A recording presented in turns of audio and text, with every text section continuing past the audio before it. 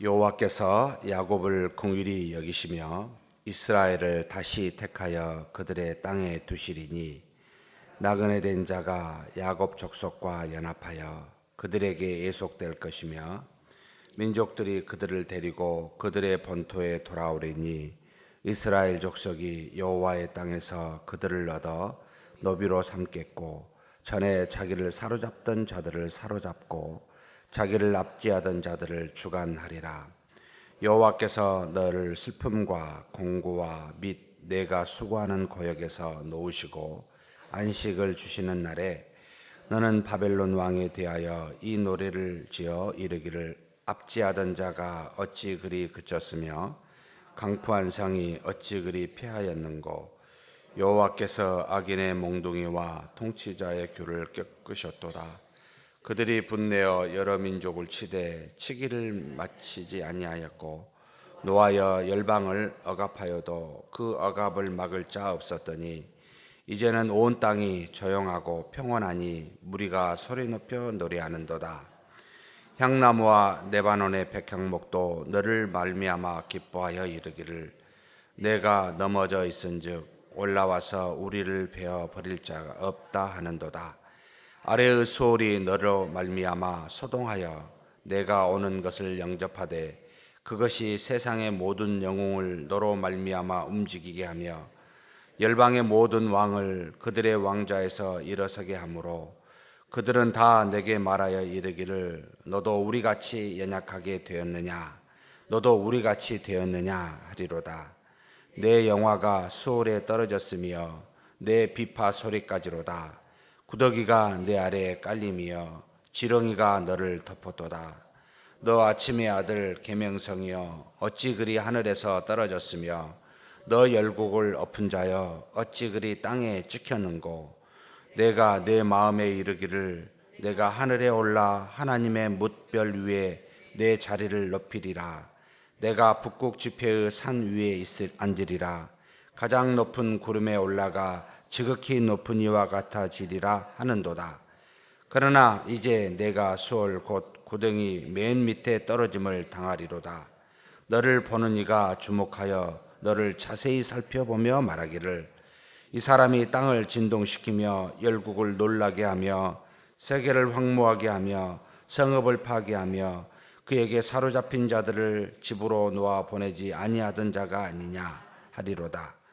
열방의 모든 왕들은 모두 각각 자기 집에서 영광 중에 자금만은 오직 너는 자기 무덤에서 내쫓겼으니 가증한 나무가지 같고 칼에 찔려 돌구덩이에 떨어진 죽음들에 둘러싸였으니 밟힌 시체와 같도다.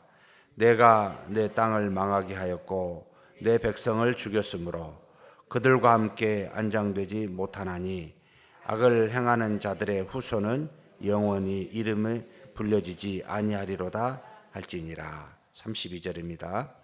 그 나라 사신들에게 어떻게 대답하겠느냐? 여호와께서 시온을 세우셨으니 그의 백성의 공관자들이 그 안에서 피난하리라 할 것이니라. 아멘. 이사야는 상당히 오랜 기간 동안 예언자로서 선지자로서 활동을 하였습니다. 한 720년 BC, 680년, 한 40에서 50년 이상을 활동을 하면서 적어도 한 4대, 4대 이상의 그러니까 10대에서 13대 유다 왕 시절에 활동했었던 사람입니다.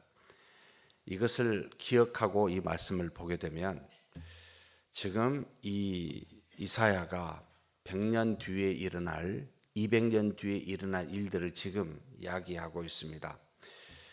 1장에서부터 12장까지 하나님께서 이사야를 통하여 자신의 모국이었던 예루살렘과 유다와 그 모든 하나님의 백성들이 하나님 앞에서 범죄한 것에 대해서 지적하여 그것에 대한 심판이 있을 것임을 말씀하고, 그리고 우리가 이전에 10장, 11, 12, 13장에서 보았듯이 그 10장에 이스라엘과 곧 예루살렘, 유다를 멸망시켰던 이스라엘을 멸망시켰던 아수르에 대한 심판과 멸망이 있게 될 것임을 이야기합니다. 그러니까 100년 뒤의 이야기를 지금 말하고 있는 거죠. 만약 제가 100년 뒤에 이와 같은 일이 일어날 것입니다 라고 말하면 혹시 믿으실까요? 잘 못 믿을 거라는 생각이 들어요. 그죠? 그리고 또 11장에 보면은 그럼에도 불구하고 북이스라엘을 멸망시켜 하나님이 그들의 죄악을 심판했는데 아수르에 의해서 멸망당한 그들이 다시 포로에서 돌아올 것을 이야기합니다. 그러면서 11장에 영원한 평강의 나라, 하나님께서 예수 그리스도를 이 땅에 보내사 완전히 재림 이후에 영원히 이를 평강의 나라에 대해서 동시에 이야기를 합니다. 그래서 구약에 선지자들이 하는 모든 용어를 가만히 살피면 당시에 있는 이스라엘 백성에 대한 예언이기도 하지만 한 단계 들어가서 보면은 앞으로 하나님께서 영원한 결국 회복시킬 궁극적인 나라를 동시에 이야기하고 있음을 보게 됩니다. 그래서 우리가 이것을 항상 첩첩산중이라는 말로 비유를 하는데 앞에 있는 산을 자세히 살피면 저 멀리 흐릿하게 있는 산에 대해서 정확하게 알게 해주는 그와 같은 이중 은혜가 있습니다.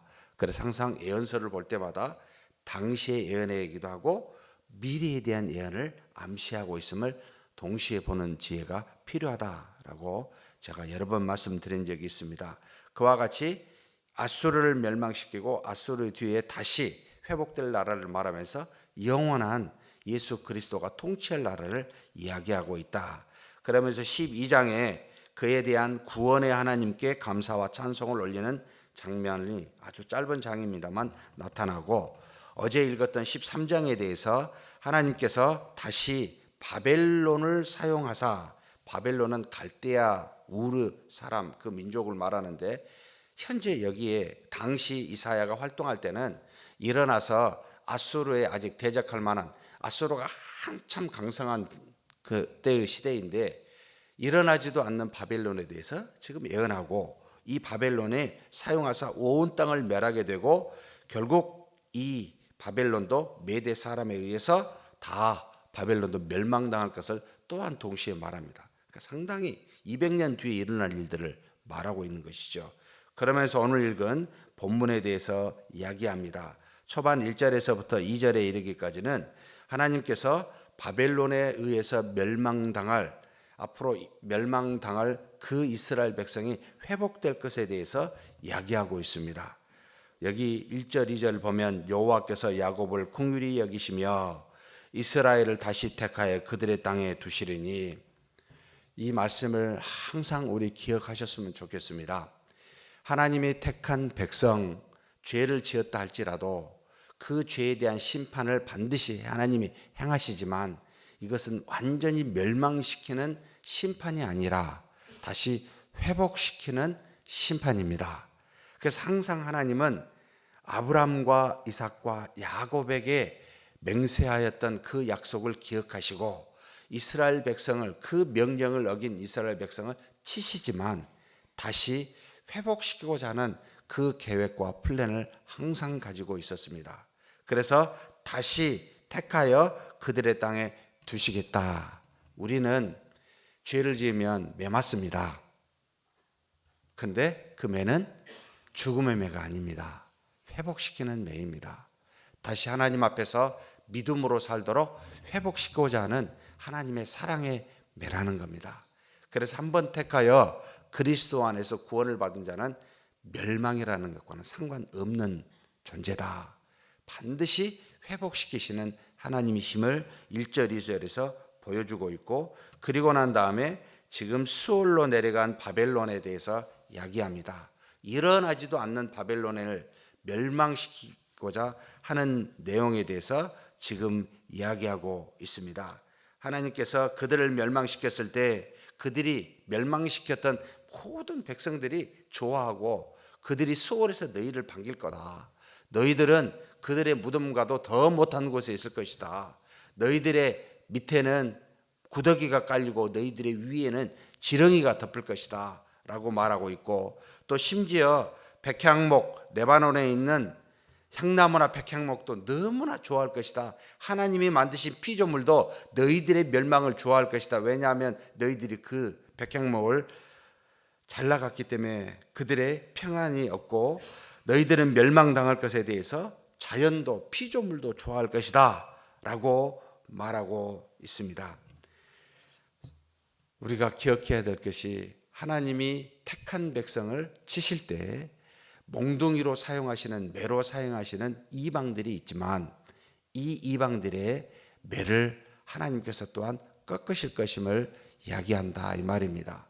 이 말은 하나님의 택한 이스라엘 백성을 중심으로 모든 일을, 하나님의 모든 역사를 이루어가는데 세상을 이렇게 악하게 남겨놓으신 이유는 딱 한 가지입니다.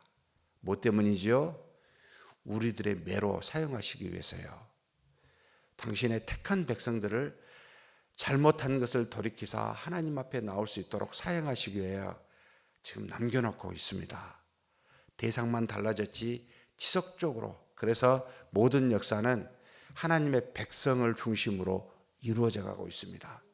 하나님의 백성을 흥하게 하시는 것도 망하게 하시는 것도 하나님이신데 사용하는 도구를 이방의 악한 그들을 매로 몽둥이로 사용하사 이스라엘 백성을 흥망성쇠를 인도하고 계시다는 것 기억하셔야 됩니다.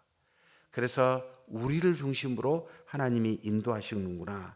그러면서 놀랍게도요 12절부터 20절에 이르기까지는 우리가 참 알 수 없는, 보통 여기는 우리가 이제 타락한 천사 사탄에 대한 예언의 말씀으로 이해하고 있습니다. 여기 계명성이라는 표현을 썼는데 새벽별이라는 말이죠. 너 아침의 아들 계명성이여 라고 해놓고 어찌 그리 하늘에서 떨어졌으며 너 열국을 엎은 자여 어찌 그리 땅에 찍혔는고 내가 내 마음에 이르기를 내가 하늘에 올라 하나님의 뭇별 위에서 내 자리를 높이리라. 하나님처럼 되리라 한 이 타락한 천사에 대해서 이야기하고 있습니다. 무슨 말을 합니까? 내가 하늘에 올라 하나님의 뭇별 위에서 내 자리를 높이리라. 내가 북극 지폐의 산 위에 앉으리라. 가장 높은 구름에 올라가 지극히 높은 이와 같아지리라 라고 말한, 하나님과 같이 높아지고자 하는 이 타락한 천사에 대해서 하나님이 말씀하고 있습니다. 어떻게 됩니까? 이제 내가 수월 곧 구덩이 맨 밑에 떨어짐을 당하리로다. 하나님께서 멸망시키는 종류 두 가지가 있습니다. 교만한 사람, 그리고 하나님을 믿지 않는 이방 민족과 같은 사람. 두 민족은, 두 종류의 사람은 하나님이 이 땅에서 멸망시킨다라는 것을 교훈하고 있습니다. 그러나 우리는 아니지요. 우리는 그리스도 안에 믿는 자라면 하나님이 수많은 것들을 사용하사 다시 세웁니다. 그런데 우리가 타락한 천사와 같이 하나님의 자리에, 교만한 자리에 올라가고자 한다면 하나님이 어찌하시겠습니까? 때리시지 않겠습니까? 자신을 살펴봤으면 좋겠습니다. 교만한 말과 교만한 행동을 악한 영에 따라 하지 않았으면 좋겠습니다. 물론 악한 영이 우리 안에 들어와 우리를 지배할 수는 없지만 우리를 미혹하여 유혹하여 넘어지게 할 수는 있습니다. 우는 사자와 같이. 그래서 자신을 항상 돌아보셨으면 좋겠습니다. 우리가 마땅히 해야 할 말과 하지 말아야 할 말이 있습니다. 상대에 대해서, 하나님에 대해서, 또 자신에 대해서 우리가 모르는 이야기에 대해서는 하지 않는 것이 지혜롭습니다. 특별히 남에 대해서, 교회에 대해서는, 하나님의 일에 대해서는 더더욱 그렇습니다. 저와 여러분이 주신 것 외에, 내가 직접 보고 경험한 것 외에, 무엇보다 나에게 맡겨진 사명 외에 다른 이야기를 할 때는 조심하셔야 됩니다. 왜냐하면 그 자리에 앉으려고, 하나님의 자리에 앉으려고 아는 것과 같이 모든 것을 전지전능하신 하나님처럼 아는 것처럼 생각하고 말할 때는 상당히 곤란하잖아요. 그런데 그게 틀렸을 때 어찌하시겠습니까?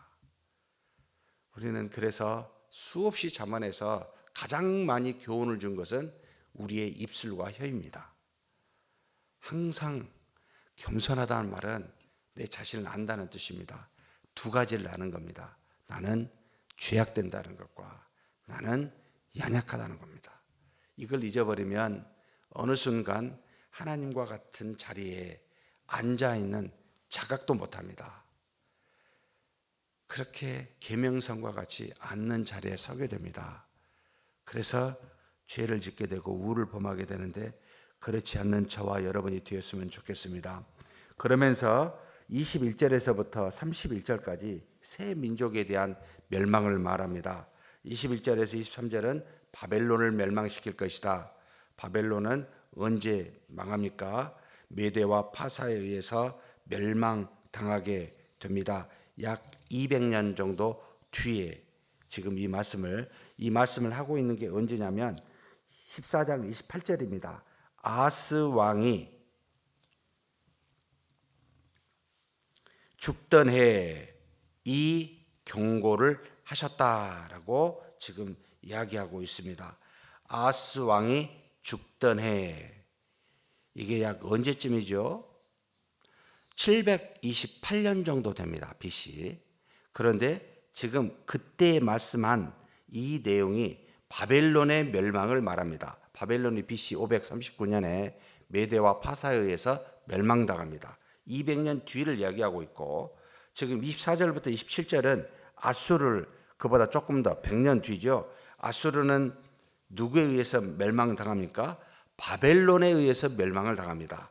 언제죠? 612년에 갈그미 전투에 의해서 크게 이제는 쇠퇴하고 605년에 BC 605년에 이 바벨론에 의해서 아수르가 멸망을 당합니다. 약 100년 뒤의 일을 지금 예언하고 있습니다. 뿐만 아니라 지금 28절에서부터 31절은 블레셋에 멸망당하는, 소멸당하는 이야기를 하게 됩니다.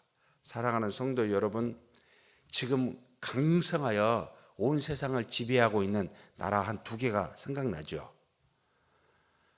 여러분, 전 세계에서 지금까지 영원한 나라가 있었을까요? 하나님의 나라 외에는 존재하지 않습니다. 그 민족들은 하나님께서 남겨놓으사 이와 같이 이스라엘 백성이 죄를 지었을 때 치지만 결국 그들의 규와 그들의 모든 통치는 하나님에 의해서 멸망당한다 라는 것도 우리가 이 말씀을 통해 교훈을 삼아야 됩니다. 반드시 망합니다.